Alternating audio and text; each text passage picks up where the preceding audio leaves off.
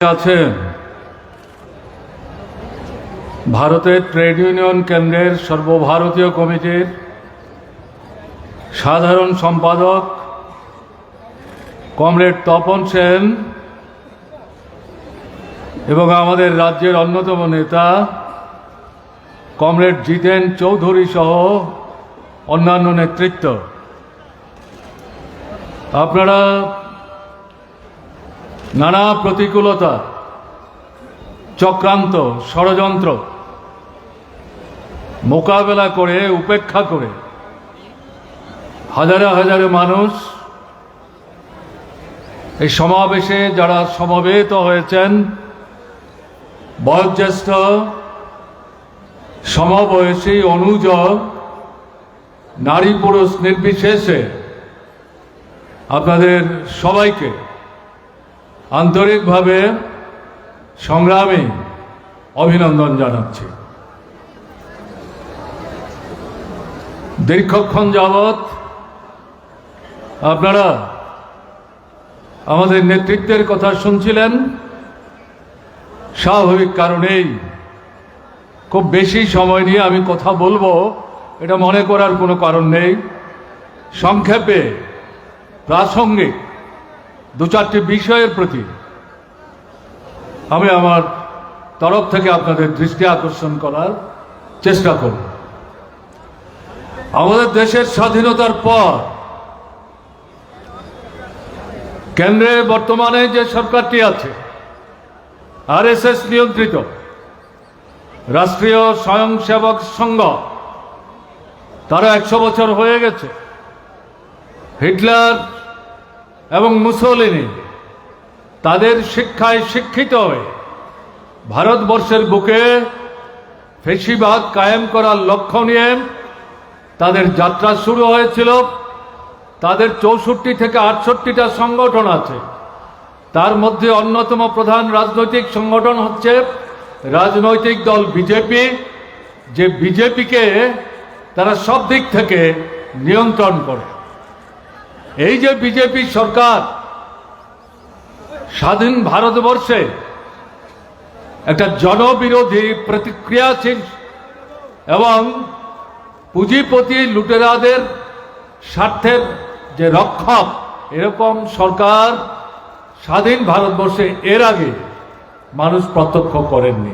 তার অর্থ এই না, আমি এই কথা বলছি না যে ভারতবর্ষের স্বাধীনতা পর থেকে অন্যান্য যে সরকারগুলো এসেছিল তাদের মধ্যে শোষণমুক্ত একটা সভ্য গণতান্ত্রিক রাষ্ট্র তৈরি করার লক্ষ্য নিয়ে সরকারগুলো কাজ করেছে, এরকম কোনো সার্টিফিকেট দেওয়ার অধিকার আমার নাই, এই অভিজ্ঞতা আমার নাই। কিন্তু আমি যেটা বলার চেষ্টা করছি, সবচাইতে প্রতিক্রিয়াশীল একটি সরকার। এবং তারই সাথে ভারতবর্ষের রাজ্যগুলোতে যেখানেই এই বিজেপি নিয়ন্ত্রিত সরকার চলছে অথবা বিজেপি অন্যদেরকে সাথে নিয়ে রাজ্যে রাজ্যে সরকার চালাবার চেষ্টা করছে, একই দৃষ্টিভঙ্গি নিয়ে তারা চলবার চেষ্টা করছে। এরা কেন্দ্রে এবং রাজ্যে সরকারে থাকবে, সাধারণ মানুষ, শ্রমজীবী মানুষ মাথার ঘাম পায়ে ফেলে, গায়ের রক্ত জল করে ফসল উৎপাদন করেন, পণ্য সামগ্রী তৈরি করেন,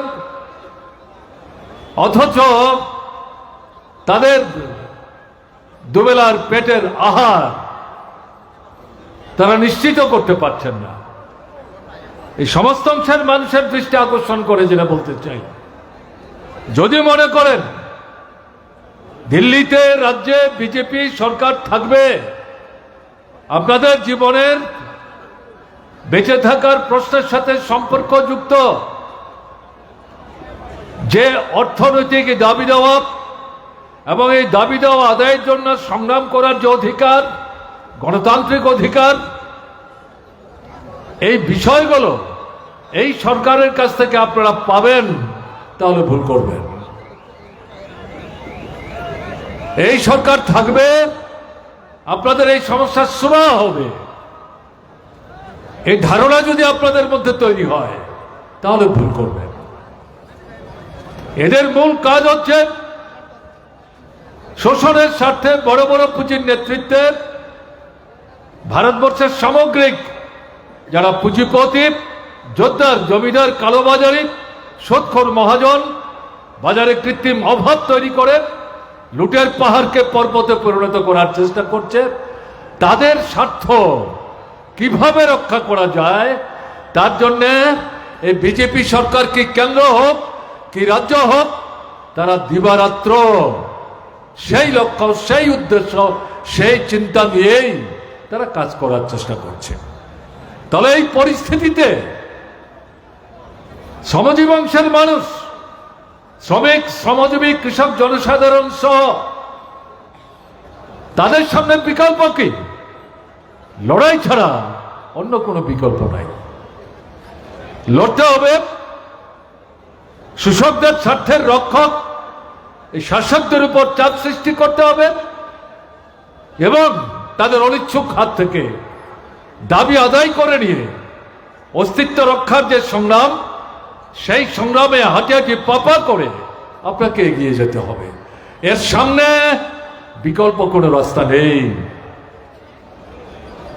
এই জায়গায় দাঁড়িয়ে যেটা বিশেষ করে বলবো, শুধু অর্থনৈতিক দাবি আদায়ের সংগ্রাম আর গণতান্ত্রিক অধিকার পুনরুদ্ধারের সংগ্রাম, এর মধ্যে আমাদের সমস্ত ভাবনা, চিন্তা, চেতনা যদি আমরা সীমাবদ্ধ রাখি তাহলে আমরা ভুল করব।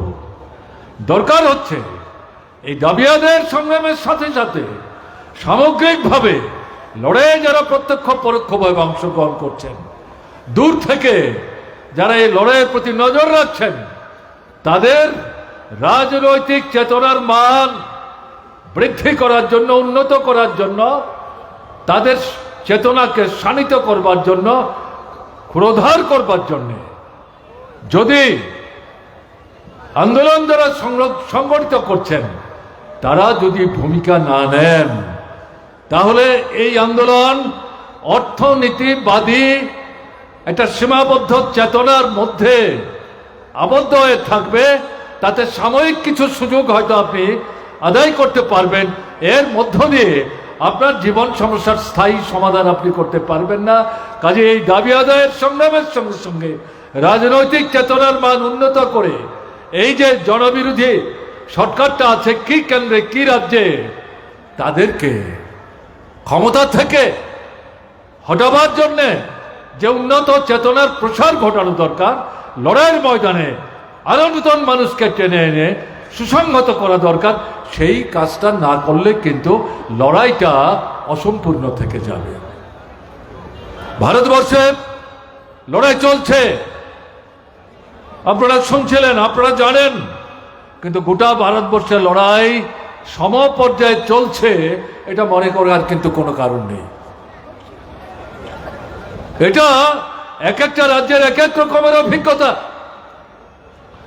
যেই রাজ্যের যেই সরকার আছে, সেই সরকারের যে দৃষ্টিভঙ্গি, এটা যেমন একটা গুরুত্বপূর্ণ বিষয়, তার সাথে সেই রাজ্যে শ্রমিক শ্রেণী, শ্রমজীবী অংশের মানুষ এবং গণতান্ত্রিক শক্তি, তাদের যে আন্দোলন, সেই আন্দোলনের যে শক্তি, তার উপর নির্ভর করে এই আন্দোলনের চেহারা ভারতবর্ষের বিভিন্ন রাজ্যে বিভিন্ন রকম রূপ পরিগ্রহ করছে। আপনার আমার অভিজ্ঞতাকে পশ্চিমবাংলার বামফ্রন্ট সরকার, ত্রিপুরার বামফ্রন্ট সরকার এবং কেরালার বাম গণতান্ত্রিক ফ্রন্টের যে সরকার, এই তিনটা রাজ্যে কি দেখা গেছে এবং বর্তমান সময়ে কেরালায় কি অভিজ্ঞতা আমরা সঞ্চয় করছি। এই সরকার জনদরদী সরকার ছিল, শ্রমজীবী অংশের মানুষের সহযোগী ছিল, শোষকদের বিরুদ্ধে দাঁড়িয়ে সমস্ত শক্তি নিয়ে শোষিত মানুষের স্বার্থ রক্ষা করবার জন্য এই সরকার অহর্নিশ কাজ করার চেষ্টা করেছে। গণতান্ত্রিক অধিকার সংহার না, তাকে সুসংহত এবং সম্প্রসারিত করার ক্ষেত্রে কার্যকরী উদ্যোগ, ভূমিকা গ্রহণ করেছে। এবং আজকে ত্রিপুরায় বামফ্রন্ট সরকার নাই, পশ্চিমবাংলায় বামফ্রন্ট সরকার নাই, এদের কার্যকলাপ সম্পর্কে আপনারা নিজেরা অভিজ্ঞ প্রাজ্ঞ। আমার আগে যারা বলেছেন তাদের প্রায় সবাই এই বিষয়গুলো সম্পর্কে আপনাদের দৃষ্টি আকর্ষণ করার চেষ্টা করেছে। আমি সেই বিষয়ে কথা বলে আপনাদের কারো নির্বুধের মতো ভারাক্রান্ত করতে যাব। কেরালায় বাম গণতান্ত্রিক ফ্রন্টের একটা সরকার আছে। এই সরকারটিকে যাতে পরবর্তী নির্বাচনে ফিরে আসতে না পারে এবং তারা গোটা ভারতবর্ষের সামনে যে বিকল্পের দিশা দেখাচ্ছে, এই পথ দেখাবার সুযোগ তারা যাতে নিতে না পারে, তার জন্য সেখানে সংকীর্ণ দৃষ্টিভঙ্গি নিয়ে বিজেপি, আরএসএস, বিশ্ব হিন্দু পরিষদ, তার সাথে কোন কোন রাজনৈতিক দল, তাদের সাথে কোথাও কোথাও আমরা ঐক্যবদ্ধভাবে লড়াই করার চেষ্টা করি। কিন্তু কমিউনিস্টদের সম্পর্কে তারাও ভীত সন্ত্রস্ত, কারণ শ্রেণী স্বার্থের প্রশ্ন। তারা সম্মিলিতভাবে সেখানে গভীর ঘৃণ্য ষড়যন্ত্রে নিজেরা লিপ্ত হচ্ছেন। কিন্তু আমাদের বিশ্বাস আছে কেরালার সংগ্রামী জনগণের প্রতি। তারা কোন নির্বাচনে জিতছেন, কোন নির্বাচনে পরাস্ত হচ্ছেন, বাট ছাড়ছেন না, ঝান্ডা ছাড়ছেন না। সেই ঝান্ডা উঁচে তুলে ধরে মানুষকে সংঘবদ্ধ করে শোষকদের স্বার্থের রক্ষক যারা, তাদেরকে ক্ষমতাচ্যুত করে শোষিতের মানুষের স্বার্থে আবার যাতে সরকারে গিয়ে তারা মানুষদের পাশে দাঁড়াতে পারেন, সেই ভূমিকা নিয়ে তারা অগ্রসর হওয়ার চেষ্টা করেন। এবং সেই কেরালা রাস্তা ছেড়ে দেবে এটা আমরা মনে করি না। কাজে এই পরিস্থিতিতে দাঁড়িয়ে আপনাদের কাছে আমাদের যেটা আবেদন থাকবে, আজকে আমরা বর্তমান সময়ে রাজ্যের যে বিজেপি সরকার বা কেন্দ্রের যে বিজেপি সরকার, তাদেরকে ক্ষমতাচ্যুত করে জনদরদি একটা বিকল্প জনমুখী কর্মসূচি হাতে নিয়ে যাতে কাজ করতে পারে, এরকম একটা সরকার তৈরি করবার জন্য অভিপ্রায় দিয়ে আমরা অগ্রসর হওয়ার চেষ্টা করছি। কিন্তু আমরা যদি মনে করি এরকম একটা সরকার তৈরি করতে পারলেই আমাদের জীবনের সব সমস্যার সমাধান হয়ে যাবে, তাহলে কিন্তু আমরা ভুল করব। মূল সমাধানটা কি? পুঁজিবাদকে নির্মূল করতে হবে।